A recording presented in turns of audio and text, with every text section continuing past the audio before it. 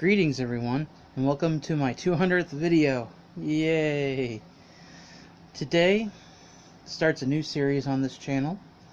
Today I will be reading from Haunted Indiana, Ghosts and Strange Phenomena of the Hoosier State, written by James A. Willis. A picture of the book is on the thumbnail. Hopefully, anyway. If not, I will take a picture. It doesn't matter because it'll already been done. The back of the book says, James Willis is not only one of the most knowledgeable experts in the field of Indiana's ghostly hauntings, he is also the author of most adept at telling their chilly tales from both the supernatural and historical perspectives.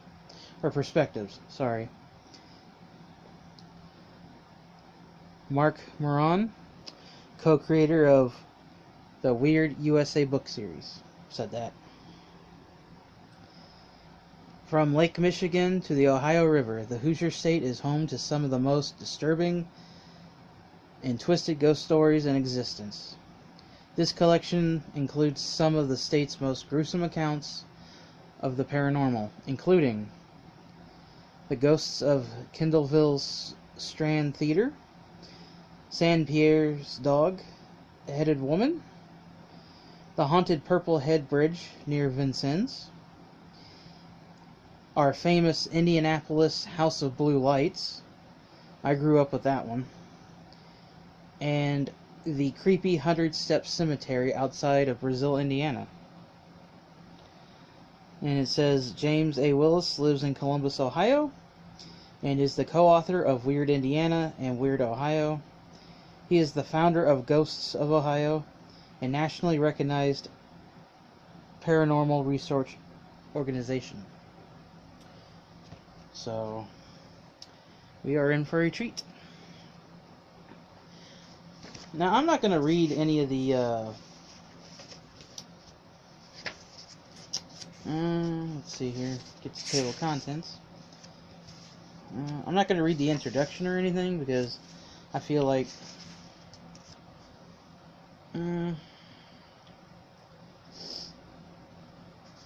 because I just want to jump right in, because I am so excited about this. Our first chapter, our first chapter, South Bend and Northern Indiana.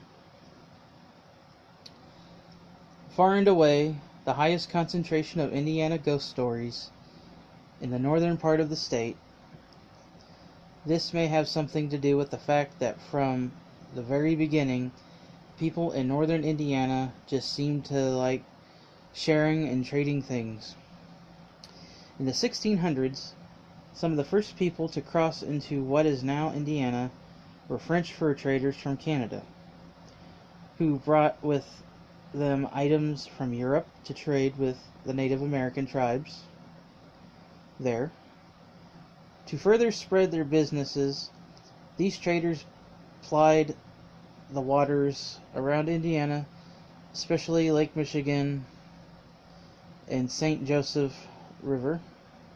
They created a large trading post at the river's southernmost bend. That little trading post eventually grew into a city, and its location along the St. Joseph inspired name, South Bend. Some 400 years later, that same trading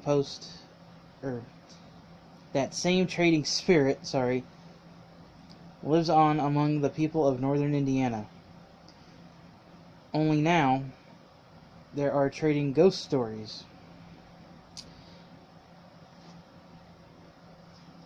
As I noted in the introduction, Hoosiers tend to keep quiet when it comes to their ghost lore, but this is not so in northern Indiana. Rather, they seem to delight in sharing their stories. I haven't been to North Bend. I have been up in northern Indiana, but not North Bend, so I don't really know. Most of the time I've either been in Indianapolis, Anderson, Elwood, Fishers, Noblesville, Shelbyville,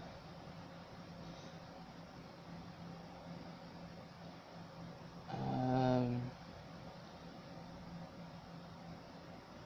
Whitestown, and Franklin. Oh, and obviously, um, Greenfield, Plainfield, and Mooresville, I believe. Well, I've been in a little bit of Mooresville. I'll just say that. There may be some towns I've been in, but not like an actual city.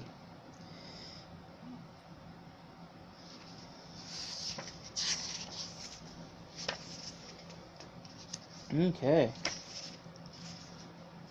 Our first ghostly story: throwing coins through the cemetery fence.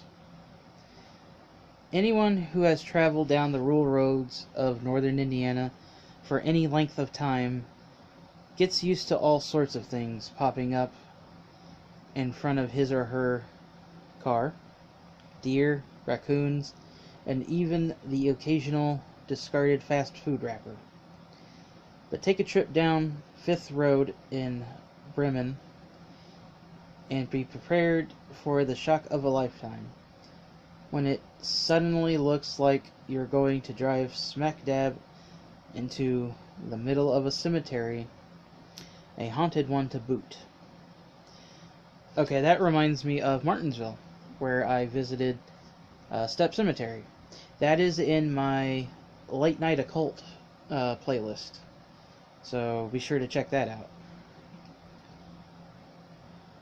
out. Filmed on Potato Cam, by the way.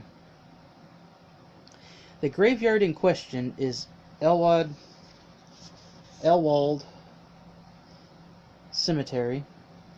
Although a series of 90-degree turns will take you out of harm's way and allow you to continue on your journey, it is nonetheless a bit unsettling to see a cemetery looming in your headlights. Perhaps that's why people started saying that something wasn't right out there. Of course, that doesn't explain why, to this day, the cemetery is widely known as Little Egypt. Although there are several reported ghosts at the cemetery, most of the tales center around those of little children. One of the most popular stories says that if you throw a penny or a nickel on top of a child's grave, you will hear a ghostly cry. This is easier said than done. However, not only is the cemetery surrounded by a fence that is usually locked, but many of the old stones have unfortunately been vandalized, making it nearly impossible to determine which of the graves belong to children. Still, it is not uncommon to stop by the cemetery and see the coins scattered around the graves, or around the grounds. Because people throw them over the fence toward random plots as if they were playing a game of chance at a carnival. Another story says that while you might not actually see a ghost while you are at the cemetery, you will see signs that they were present. Some people have reported that after walking around the fence of the cemetery for a while and returning to their cars, they have found dozens of tiny handprints all over their vehicles, almost as if a group of children had been playing around them. There is also a story about the field in which the cemetery is situated. Those who foolishly visit late at night are often frightened off by the ghostly apparition of a man who emerges from the field and walks towards them. Some believe that is the ghost of a former caretaker still watching over the cemetery. Others, though, say the man is a farmer who was murdered in the field which he used to own. A final bizarre tale concerns a bridge that is a short distance east of the cemetery. The bridge that crosses the Yellow River is referred to as the Troll Bridge, and it is said that a giant 8-foot creature lives there. He, or it, has been reported to come rushing out from under the bridge at those who approach it, and it chases them even after they've returned to their cars and hightailed it out of there. So are their stories true? He put a typo. He put THERE when it's supposed to be THEIR. Grammar Nazi. It's hard to say with any certainty, but ask anyone who has traveled down 5th Road in the middle of the night, and they'll tell you there's definitely something spooky going on there. And that's going to end it for this episode. And I hope you've enjoyed this new series premiere. I'm not sure as to what day I'm going to be releasing these.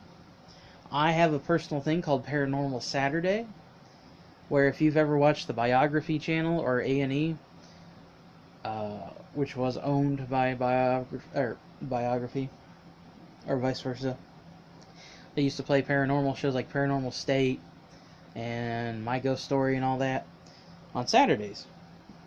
And I grew up, or I didn't grow up, but I got used to watching this from 2009, 2010 to basically 2014. So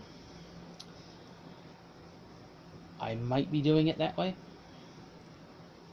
but I don't know yet. It's still too early to tell. So I hope you've enjoyed this video, and I want to say thank you for taking the time to listen, to watch, and hear me very badly read ghost stories and strange phenomenon from my hometown, or my home state, sorry.